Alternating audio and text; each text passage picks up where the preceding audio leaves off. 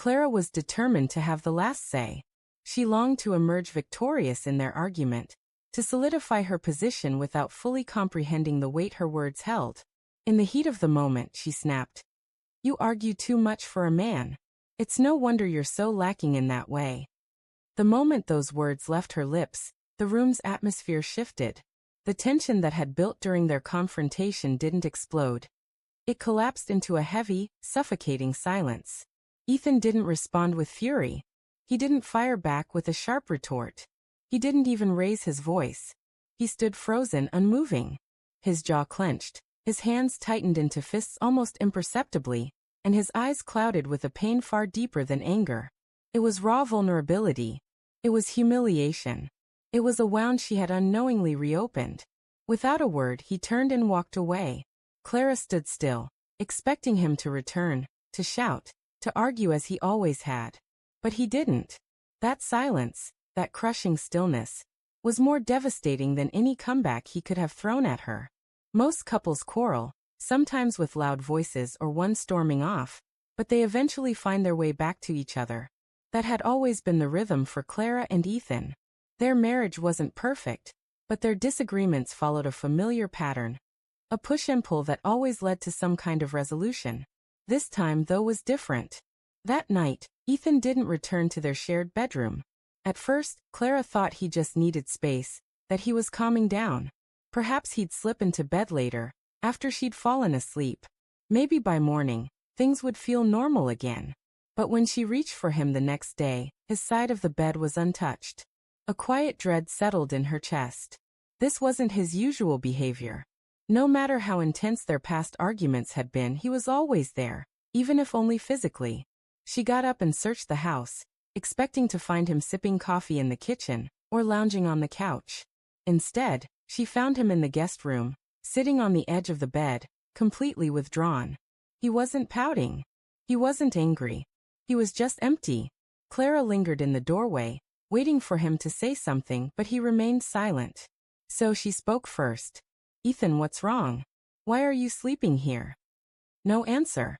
She pressed further, asking if he was still upset, if he planned to return to their bed, but he barely looked at her. When he finally spoke, it wasn't with anger or a plea for her to understand his pain. It was just a heavy, wordless silence that spoke louder than any words could have. Days passed and nothing changed. At first, Clara told herself he just needed time, that he'd get over it, that their life would fall back into its usual rhythm. But it didn't. Ethan withdrew completely. When she entered a room, he left. When she tried to start a conversation, he barely acknowledged her. When she reached out to touch him, he flinched. It wasn't just anger.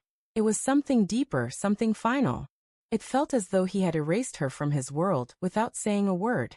Desperate to fix things, Clara tried to reach him in the only way she knew. She cooked his favorite meals, hoping the warmth of home-cooked food might soften him, but he hardly touched it. She made small gestures, leaving notes, offering quiet apologies through actions rather than words. Nothing broke through his walls. For the first time, Clara realized this wasn't just another argument. This was something different, something breaking apart. And she had no idea how to put it back together. She tried to lighten the mood with a playful remark, but his expression remained cold. She brushed her fingers against his as they passed in the hallway, but he tensed at her touch. Nothing worked. That's when a chilling realization struck her. For years, she had believed that arguing meant there was still something worth fighting for. That as long as they were yelling, they still cared. But now, the silence between them was heavier than any shouting match. It was a void. And that void felt like something essential between them had already faded away. Clara hadn't realized her words hadn't just hurt in the moment. They had torn open a wound Ethan had spent his life trying to hide. Ethan had always been insecure about his body, though he never spoke of it, not even to those closest to him. As a teenager, he faced taunts, mockery, and whispers behind his back. In high school, a cruel rumor about him spread, sparked by a careless comment in the locker room. But it grew into something that haunted him. He could still see the look on the face of the girl he loved when she heard it. Not anger, not pity, just a cold detachment, as if he had ceased to exist in her eyes. That moment stayed with him into adulthood. No matter how hard he tried to bury it, the insecurity lingered just beneath the surface. His last serious relationship had ended in heartbreak. He had caught his girlfriend with another man, and when he confronted her, she didn't cry or beg for forgiveness. She simply shrugged and said, "You're just not enough." Those words shattered him. From then on, he buried his pain, never letting anyone close enough to see it. He rebuilt his confidence, convinced himself he had moved forward. Then he met Clara. With her, he felt different. He didn't feel inadequate. He didn't feel the need to prove himself. He felt safe, valued. He believed she saw him for who he truly was, that he had finally left his past behind. Until that night. "You argue too much for a man. It's no wonder you're so lacking in that way." One sentence. That was all it took to unravel everything. It threw him back to the laughter in the school hallways, the betrayal, the shame. But this time, it came from Clara, the one person he never thought would hurt him like that. For the first time in their marriage, he questioned whether he could ever see her the same way again. Clara held on to the hope that time would bring things back to normal. But the longer she waited, the more distant Ethan became. One evening, determined to close the gap between them, she entered the guest room where he had been staying, expecting to find him scrolling on his phone. Instead, the room was empty. The sound of the shower hummed in the background. His phone lay on the bed, its screen still lit. She hesitated. She had never been one to invade his privacy. But then her eyes caught an email notification. Subject: questions about divorce proceedings. Her breath caught in her throat. Divorce. No, this had to be a mistake, a misunderstanding. But deep down she knew the truth. This wasn't just about that one night, that one harsh comment. Ethan wasn't just upset, he was preparing to leave. When he stepped out of the bathroom, she was waiting, her heart racing. "Are you really thinking about divorce over one argument?"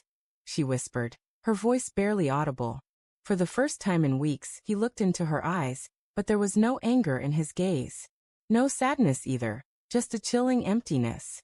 When he spoke, his voice was calm, almost unnervingly so. "You think this is just about that night?" That was the moment she understood. It wasn't just the insult. It was everything. The unresolved conflicts, the growing distance, the wounds they had both ignored for too long. That night had been the final blow, but their foundation had been crumbling long before. In a desperate attempt to save their marriage, Clara poured her heart into making things right.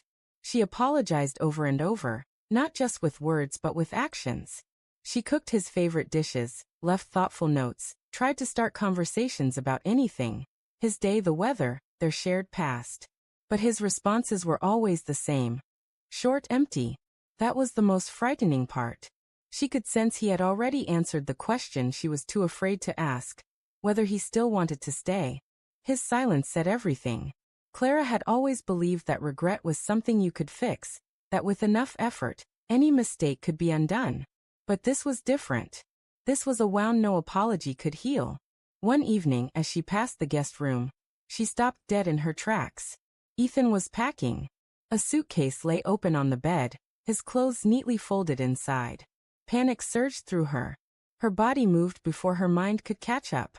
She stepped into the room, her voice trembling. "Are you really leaving?" Ethan let out a slow breath, his hands gripping the edge of the suitcase. He didn't answer right away. When he finally turned to face her, his voice was steady but heavy with truth. "I don't know if I can get past this." The words hit her harder than any argument could have. She had expected anger, expected him to unleash all the resentment he had been holding in. But this quiet uncertainty was far worse. Tears blurred her vision. Pride no longer mattered. "I love you," she said, her voice breaking. "I messed up. I wish I could take it back, but I can't. Just tell me what to do." For the first time in weeks, something flickered across his face. Hesitation, conflict, a hint of something beyond emptiness. He was silent for a long moment before he spoke. "You can't unsay what you said, and I can't unhear it." Her heart sank. But then he added, "But maybe I'm not ready to walk away. Not yet." It wasn't forgiveness. It wasn't a promise to stay. But it was something, a thin thread of hope. And for now, that was all Clara had to hold on to. Ethan didn't leave that night, but the damage remained. The road to recovery would be long and difficult, and Clara knew some wounds wouldn't heal quickly. The real question was whether their love could endure.